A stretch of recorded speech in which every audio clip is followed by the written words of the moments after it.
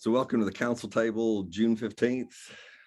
We are going to launch into 5 important or key tools that we think are helpful for building magnificent teams and families. And I will remind you that I am going to pause it at one point when this air conditioning guy shows up, and but I'll be back and you guys can talk. I'll pause the computer and or the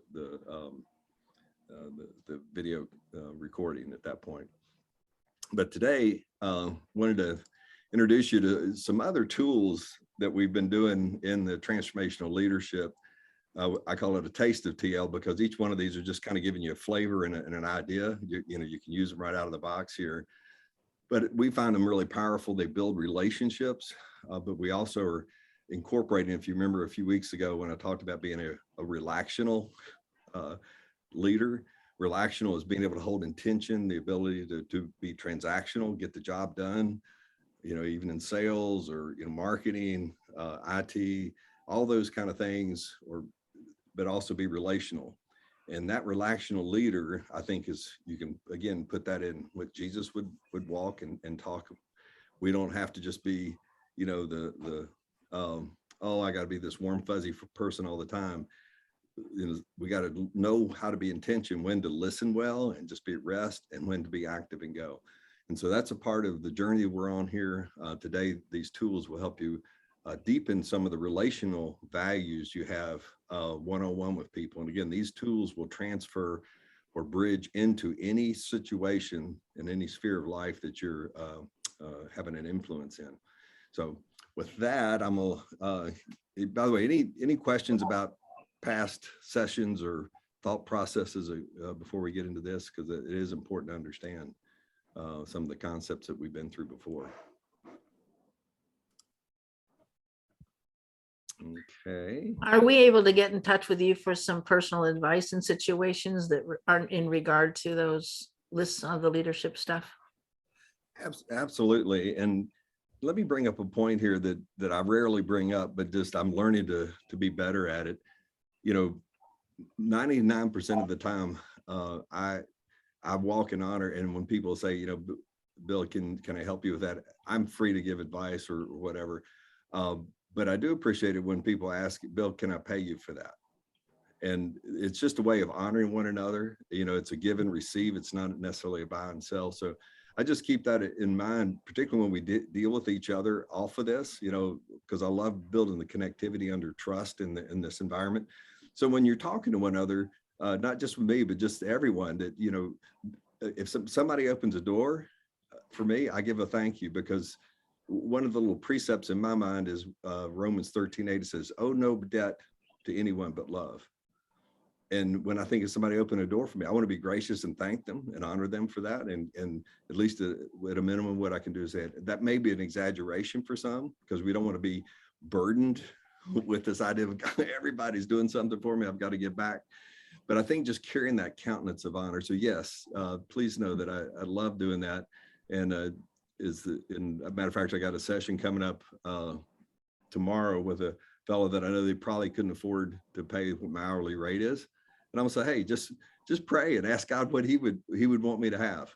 And whether it's you just praying for me in our relationship, or, you know, if you got a circumstance like what I did with one group, said, you know, if you've got something in mind ahead of you that I can help you with, and I can pray and counsel with you in that, think of how you could return that back to me. For example, this one guy had a project. He says, Bill, I need this project. How would you coach me to do that? And I said, that's great. He says, what if I give you 10% of the profits off of that back? And I said, that's great. When what it did was like 5-fold of what it would have been on an hourly basis. But he really wanted that project. I had no concept whether to get it. But we put God in the middle of it. And I find that a very intriguing way to try to bring God into every sort of relationship, contractually or whatever. So anyway, I'm using a little bit of that to bridge over to Julia. No pressure at all. I'd love to help. And so, you know, send me a text and we'll do that. So going back to TL and what we've covered over, whether it's social covenant, you know, the relational, how to deal with change, anything, questions? Stephanie Motor, you're being quiet. Bill, hey, Mike, yeah, Yes, it's sir. the first time I've joined you on one of these meetings, and you mentioned some of the concepts that you went over before, and I know you're taping this session. Have you taped others that can review? Yeah, great question, Michael. Are you on Facebook? Yes. Okay. If you'll send me a friend request, then I'll invite you to what's called the council table on Facebook under Newgates, and there you'll find those previous videos there. I'll be sure to. Thanks. Okay, thank you, Michael. So jumping into this, go ahead. It's Stephanie. I had a question. Since I am like that gentleman, I have not been able to be a part of this recently. Is there documentation in that instead of the video? Is there like a summary, like you said, like a list or something that summarizes the concepts that I could read? You can in some parts. The reason I'm doing it is I'm kind of picking like cherries, some of the tools and so forth. So I have a whole manual of these, but I'm reluctant to put that on there just because you won't get it unless it has some explanation to it. So it'd be better to listen to the audio and do that. Okay. But I can call me offline, and I can at least give you the table of contents and we can talk about it. I'd like that. Thank you. Okay. But And it's the CTL Facebook group, right? Yes, Facebook is where you could go to just scroll back and get the videos from there. But there it should be 4 or something posted. Okay. Great. All right. Thank you. By the way, if y'all need to take a break a second, I'm gonna pause the video. My friend, the HVAC guys. Okay, I'm back. Thank you for being patient with that. Did we lose anybody or add anybody? Let's see. I think we're pretty good. So yeah, if just in summary, bringing us back in, the 3 major components that I would just say leading up to this, we started off with the idea of change, that we're always expecting change or expect the unexpected. There were 4 key dynamics of change, and then we talked about 9 strategies on how to handle change. And that again helps with relational understandings, because in that you'll find one of the tools we'll have today is under the idea of stress, and change usually brings stress to us. So learning how to work with that is very important. Then the idea of teaching about what transactions look like, what relationships look like, and then how to marry those together in a very authentic way is very, very important. Very few leaders are taught how to do that. Some of them are taught emotional intelligence and other things, but this ingredient, which we find particularly in Christianity, really helps you do that, because there's a lot of behavioral aspects in Christianity that we're taught and trained in. So that really helps. And so that's been leading us down a chain to more of the personal aspect. And that's where we're going to get into over the next couple of sessions, is how do we govern our own selves well? And then out of that, then we'll learn a little bit more how this integrates into team building, and particularly with families and others. So because this will bridge out universally across the board.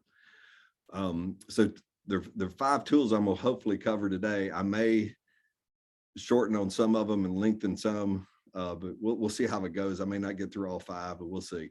And these aren't necessarily in order. These are 5 that I've cherry picked out. One's called social anxiety. The next one's gossip. You're gonna love that one. How to approach others, particularly if you have an issue and that sort of thing. Affirmations, and then a 6-step apology. Now I left the last 2 are kind of really, we find, at least across the board, they seem to really ignite a group and ignite a group to a place of empowerment. And I think God is embedded in that, and hopefully we'll share how that works from my perspective. So can we jump in with that? Those 5? Okay. Social anxiety. Why is that important? I'm gonna give you a chance here in a second to think about it, how that might apply to you, where you've been anxious about something, or in an event, or with a person, or whatever.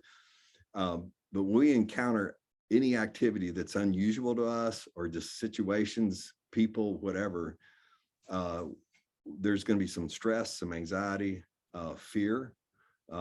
Those things affect how we behave and believe about the situation, and particularly ourselves. And so the emotions are going off, and as we've covered in some of the other areas, often at times that's into the subconscious and below the conscious brain. So we're acting and behaving oftentimes in ways we wouldn't normally do, and we're not even aware of it unless somebody brings it up. And then that's where the emotional intelligence of being aware of your behaviors. But this affects your performance values. It affects your relationship with others. And again, some of this is subconscious, and you don't even know that you're affecting others due to the social anxiety that you have, but we all have it. And there are two parts to this that we would just put in the extremes. There's maybe others to it. It's called eustress and distress or distress. Eustress we'll just put on the positive side because it can really benefit you in a number of ways. It's when people call the adrenaline rush. You know, you're particularly as an athlete, when I was growing up, you know, and Mike can attest to this and others, that when you are going into a game, you're going into a situation, you're going to get that adrenaline going, and it gives you a little higher performance value in some ways. You know, as a speaker, there's hardly a time when I get on stage or anything else, it's not unusual to have, quote, the butterflies. Those are the eustress ideas that we're talking about here. The distress is when you also go in and all of a sudden you feel insecure, you're doubtful, it's kind of demotivating. There's some just things that just comes with that because you're worried about things that are going to happen. So we've come up with a little formula that helps you understand, you know, what this social anxiety is. Can you think of two components that might be involved with social anxiety? But Bill, I'll take a stab at that. Okay. I have no idea if I'm in the ballpark at all. But let me just clarify your question. Are you talking about what you can do about the social anxiety? No. No, what causes it? Oh, what causes it? I really think it goes back to your amygdala in your brain, and, you know, can be even from birth, how you're wired, like you were talking about the subconscious reaction. And that sets people up. That I even heard that there are some genetic components in which some people are more prone to social anxiety because they have heightened awareness of their environment. And that can easily go towards anxiety. People who have an ability to plan ahead, if that gets out of control, and you look at technology and it's in our face all the time. So I would say one of the things is technology, because we get to see right up front atrocities, or we get to plan ahead. So I don't know if I'm going anywhere with that, but that's just one thing that's coming to my mind. Yeah, those are the practical, I would say, body functions, or, you know, like the amygdala and that sort of thing, and the hippocampus. There are a lot of stuff we'll teach later that are just simple little concepts. We try not to be too heavy in the psychology, but just to give you some practical thought process. But you're in the right area of talking about it. I'm looking a little more fundamental, and due to the sake of time, I'll go ahead and bridge this. Some of you may already have had an answer to this, but we're gonna fundamentally put it down into these. You may have other thought processes, but if you'll just buy into this, you'll see how this works out, and there may be other components you'll add later. But the two components we put is the fear of failure plus the motivation to succeed will create that anxiety. And then we say, particularly if you're among your peers, that'll even increase a little bit more. So the fear of failure and the motivation to succeed, when you're talking about the amygdala, we'll talk about the hippocampus later, that those are memory settings and so forth. For example, when I was growing up, Mike might remember this about my dad. My dad was a high performance baseball coach, and he's always making you kind of hit the perfect mark. So the fear of failure was a little bit higher for me, particularly as a son. Now, he was gracious to me at some points, but generally speaking, he wanted me to level up and get higher because I was a son. He wanted me to set a good example. So that fear of failure and the motivation to succeed, you can imagine under him was a little bit higher than most. So that's where we would couch that, and you can just write that formula down if you want. And when I send out the connection email, which will connect all of us, and Mike, I think I've got your email, but anybody, if y'all would just put your email on here just to make sure I got the current one, that would be great, or at least in the chat. So how does that set with you? How does that sound? The fear of failure plus the motivation to succeed will equal your social anxiety.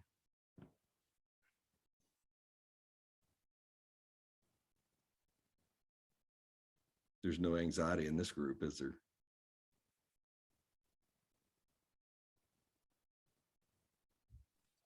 I don't want to talk too much, but I definitely see this because we're driven in our culture to do this. And I think as humans, we're driven to survive, and we want to succeed in surviving, and it goes from there.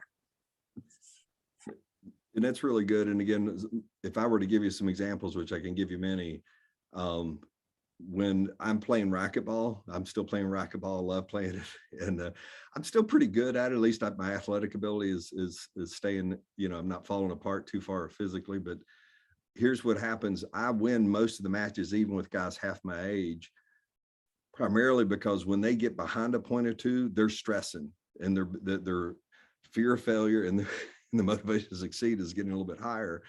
And they begin to stress, and they get into distress, as we talked about, which all of a sudden they're working too hard, and they may actually be on the other side. They may have eustress where their adrenaline is starting to pump so hard.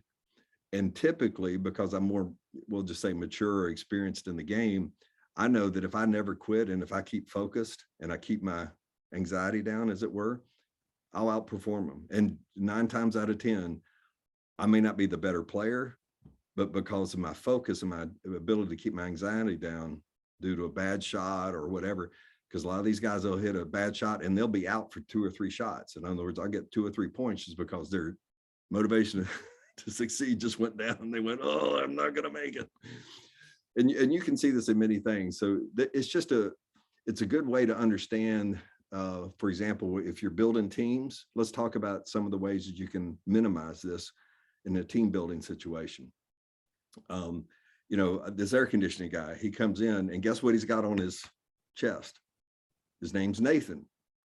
Well, for me, sometimes I'll go into a room and somebody will introduce themselves, and 2 minutes later, I'm saying, God, what is that person's name? Well, there's that social anxiety. I don't want to be a failure. I don't want to act like I didn't understand who he was. But I'm not a great person sometimes to keep it. It takes me about 5 or 6 times to get somebody's name. But if you see it and hear their name, all of a sudden it puts in your head a lot better. And we'll talk about that in another session, how we communicate to one another. So put a name tag when you have a party. Stephanie, you were here. You know, I was name tagging everybody, sometimes double, but to put people at ease. If you have a chance, for example, like today, you have a group of people that don't know each other, how can you connect one another, make sure that they feel that they're a part of the team? And you can do this one through just introducing each other, and we have the Waddle model, which is how to do a team meeting. And the W stands for welcome. How do you welcome everybody? How do you ask a question that is open-ended, that brings positivity into the group? It's not trying to be overly psychological, but it's helpful to get people's stress down enough. Food and drink are real helpful if you have that in one of your environments.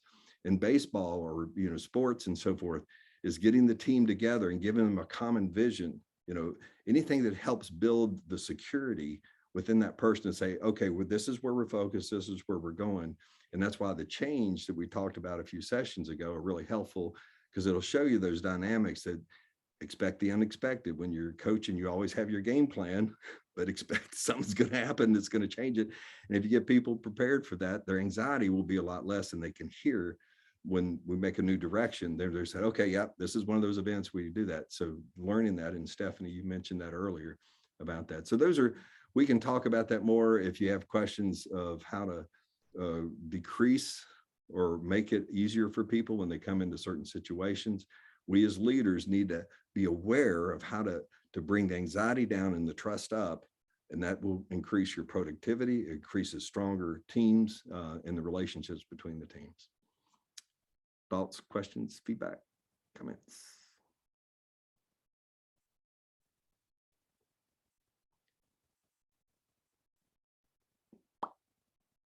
Okay.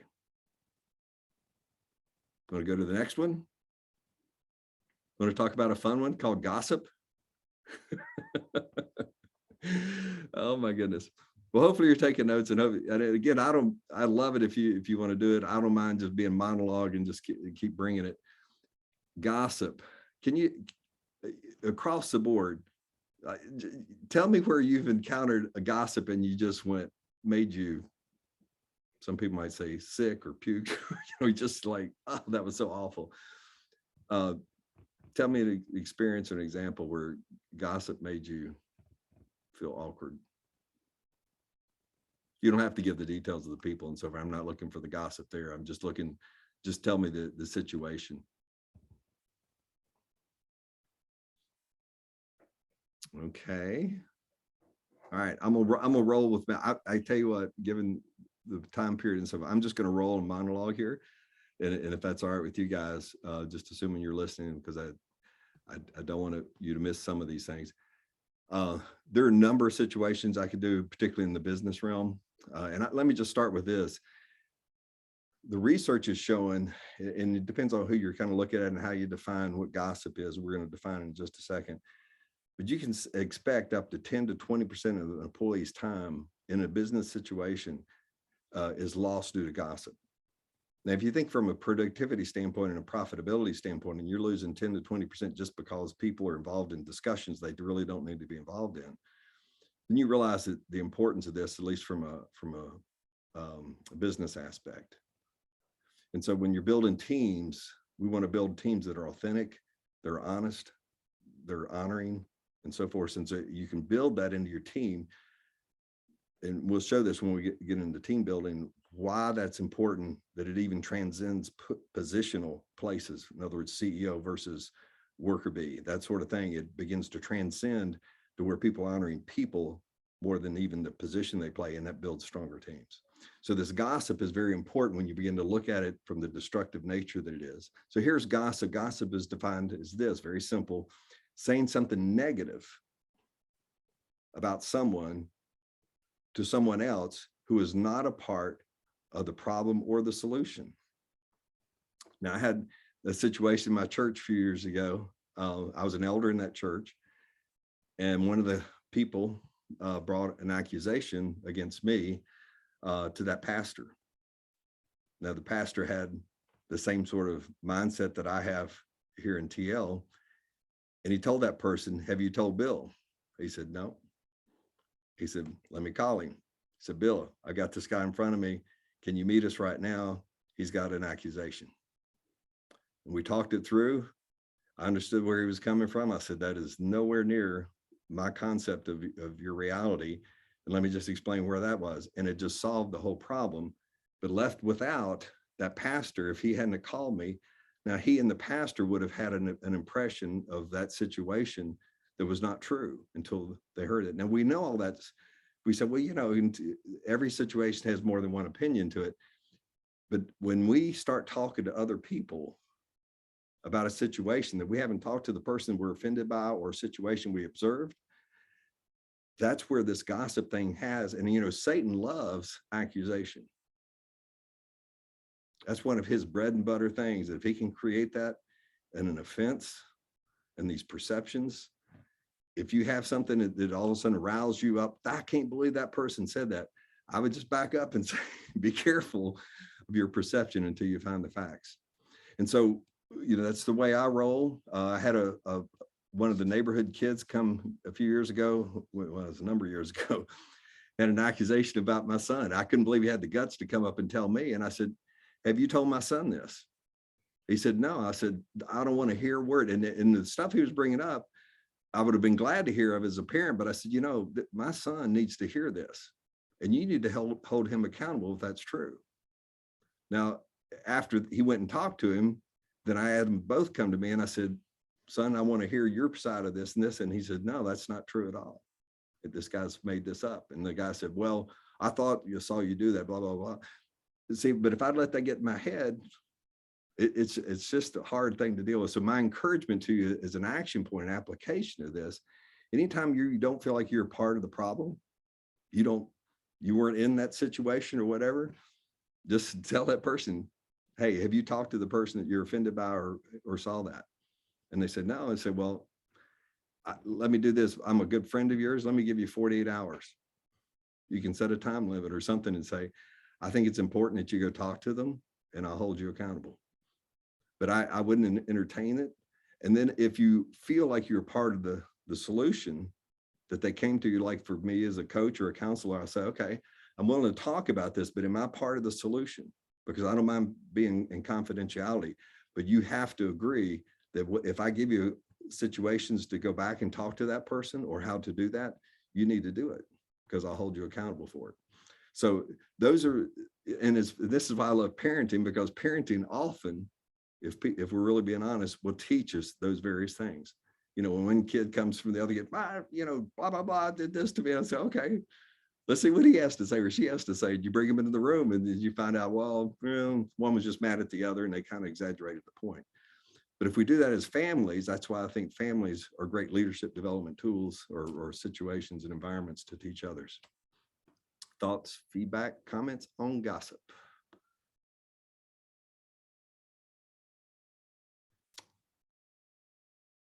You know, Jesus rocked and rolled on that way too. He wasn't afraid to talk to the Pharisees.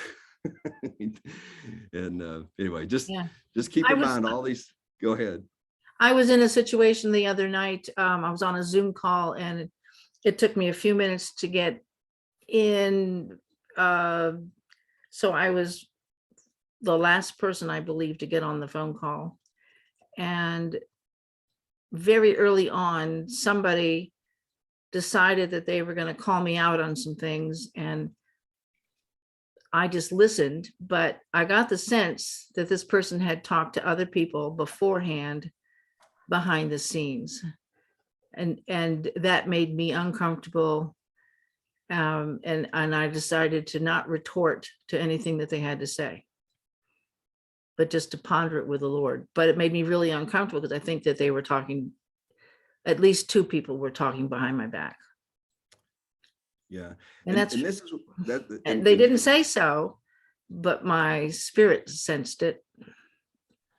Well, and that's a good point. And this would be an example if we didn't have kind of a you know, we can bring this up at another time, but what I would say to that, I think you internalized it well.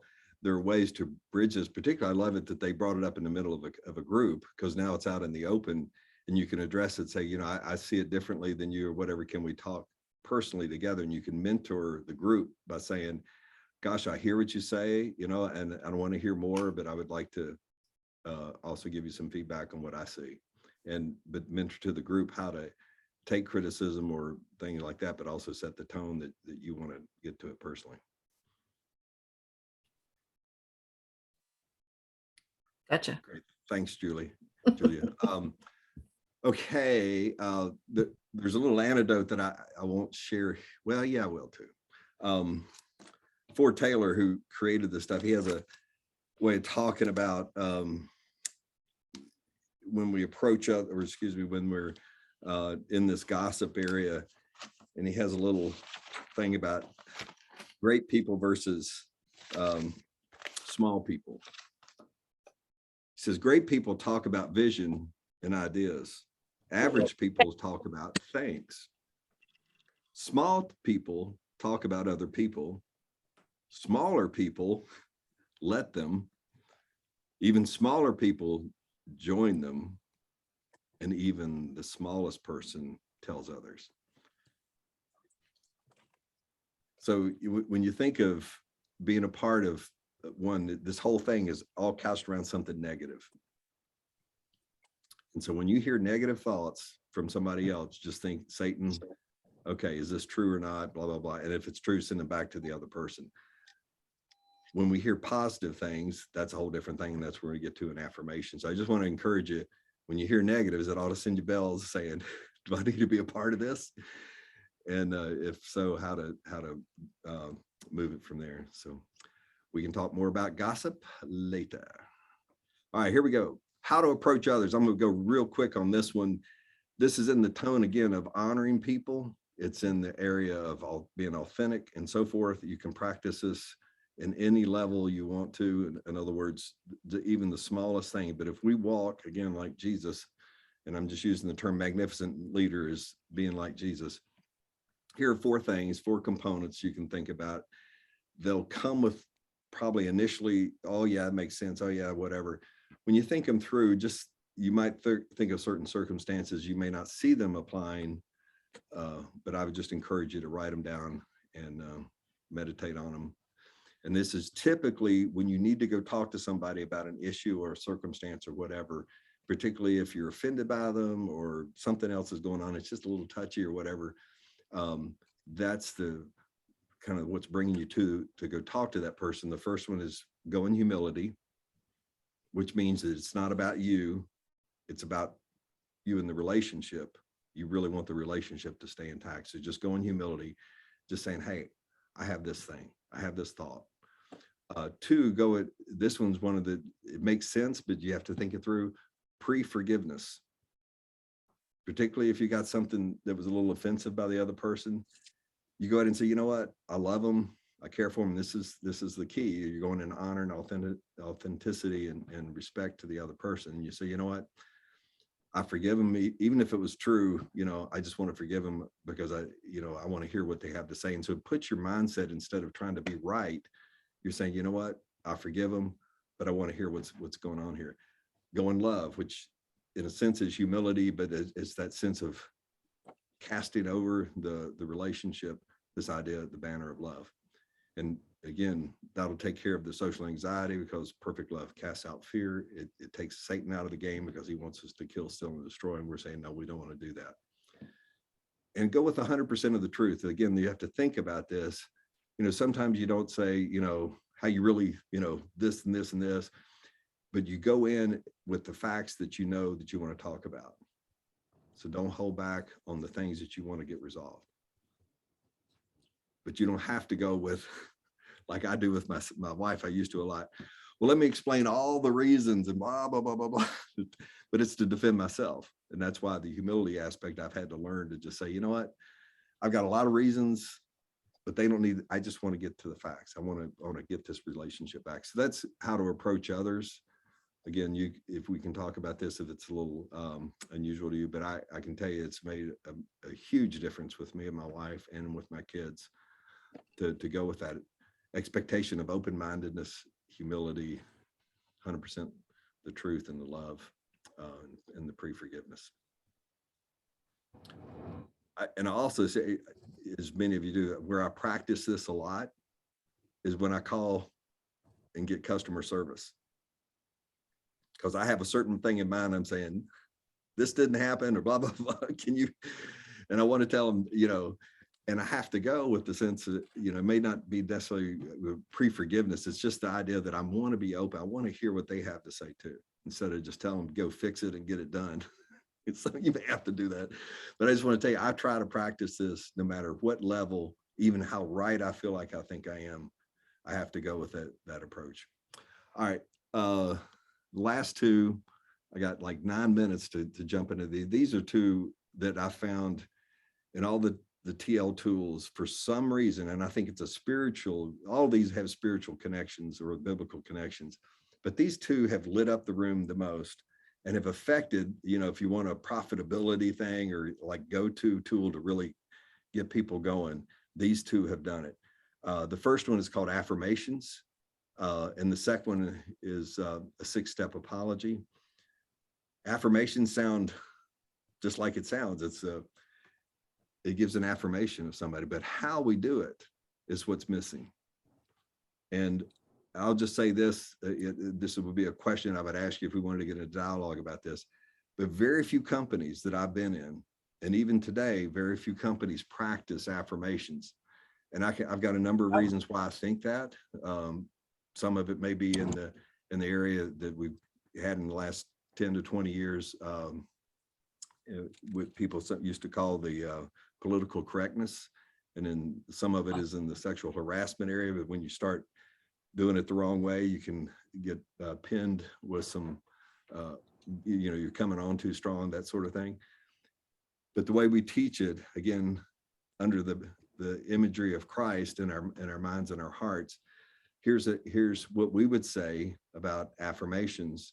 An affirmation is going to build trust. It's going to empower people, and the affirmation itself in the definition is going to embody that one word positive versus the negative that we heard in the gossip area.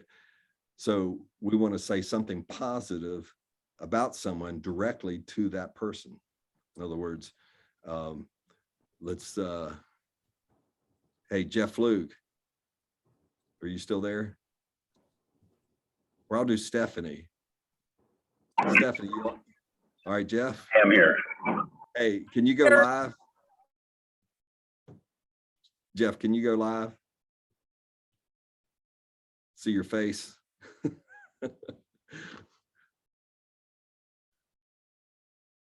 Who can do this? Who can go live for me real quick? Stephanie. That's right. It's okay. It says two. Oh, there's Jeff Flug. Jeff Flug. I love you, brother. You're a man of God. In the time period that I've come to know you, you're honest. You're full of integrity.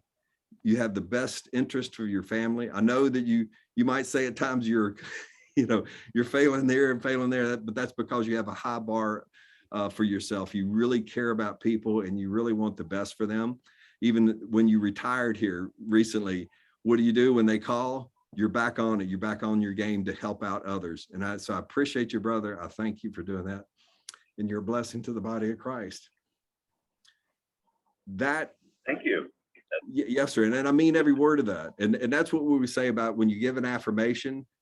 You don't say, hey, Stephanie, I want to tell you how wonderful you are, or hey, David Long, I've been wanting to kind of, if you ever seen it in the Oscars, they'll say that. They'll say, I want to thank my producer. And you say, no, look at your producer and say, you did an amazing job, Mr. Producer, and you did blah, blah, blah. And so when your kids, you can practice this with your kids, with your wife or whatever, look them in the eye, and whatever comes out of your mouth, make sure it's true. And here's the deal here. It doesn't need to be flattering. Flattery is about you. Here's a definition of flattery. Flattery is excessive or insincere praise given especially to further one's own personal interest. Just yesterday, I was listening to a talk show, and the guy on the talk show said to his producer, he says, you know what? I'm so glad I've mentored you for these many years because you did an excellent job on that presentation you just, did. And I went, he had to get himself in there. I mentored you is what he started. I mentored you and you did what I've taught you to do. Aren't I a great person for mentoring you? And that other person probably said, well, at least he said that I did a good job.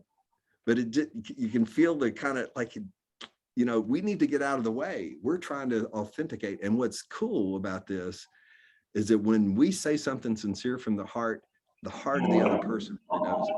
And that's why the affirmation, I think, in the TL environments that we build in the 3-day experience, or in, whenever we use this tool, people light up because that is me. That person just said what's really in me.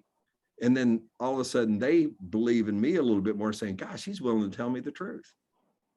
So you see the connection there. And that's why affirmations, I think Satan has used completely in our culture to tear us down and tear us apart. But if we learn to say the truth in love, like Jesus said, and particularly starting with the positives in affirmations, you will explode the people around you. But if you do it in flattery, oh, you're always so kind and you're just such a wonderful person, I would encourage you to get to the specifics. What did I say? Jeff is a prayer warrior. I know that about him. He really does care about his customers. I know that about him. So when I'm saying it, I know him well enough to say that. And I mean it. And I want him, and what you'll find if you want to go to the performance and profitability of what this does, there's a quote that by Goldratt, who does a lot of business analytics and science behind business productivity. He says, measure me and I'll tell you how I behave. If you measure me in an illogical way, don't complain about my illogical behavior. Or on the positive side, when I would say this, when I affirm somebody, it's probably going to make them feel good that, hey, I do have strength in this area. And it seems to be working, not only for me, it makes me feel good, but gosh, if I do more of it, it'll probably make you even better. So you see the performance value increases because you've one highlighted, hey, that's important to me. It's important to the team and you like it. So keep doing it and get better at it. So affirmations are just an amazing tool when you think of it.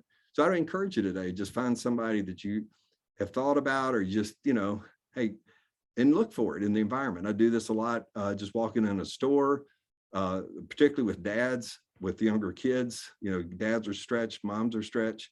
And I say, you're being such a great parent. I really appreciate, you taking your son or your daughter with you today. Just know that as a dad, I appreciate that. I've got 2 minutes to talk about the 6-step apology. I'm just going to give you this tool. You'll get the point. And we'll just end and I'll end the recording. And we can come back at this another time, but here's the 6th step and why it's important versus like, oh, I'm sorry, I did that. And you may mean it from the heart. But what happens a lot of times, I stepped on your toe, I'm sorry, and we move on. And it never really gets to our brain, we did something wrong here. So we need to, one, hold ourselves accountable that when we do something wrong, say it and get on and help the other person know that you didn't mean it. And so the 6th step has that, and then it builds a future glue, but also resolves the past. So here's the deal. State the offense. And some men have a problem with this. I did this. This is what I did. Like Ann will often tell me, Bill, did you lock the door last night? And she'll come in, no, you didn't like it. I say, you're right, Ann, I did not lock the door. I was wrong. Because this is in the social agreement. She says, Bill, when you go to bed at night, because I'm the last one to usually go to bed, would you mind locking the doors, keeping you secure and safe? And when I forget, I do the 6th step. I say, I was wrong. Or I did, this is what I did. That's number 1.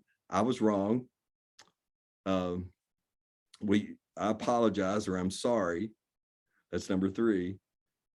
And number 4 is, would you forgive me? Or when you can forgive me. And this is where we need to have some conversations, because sometimes the wrong can be really offensive and really hurtful. And we need to give that person space and time.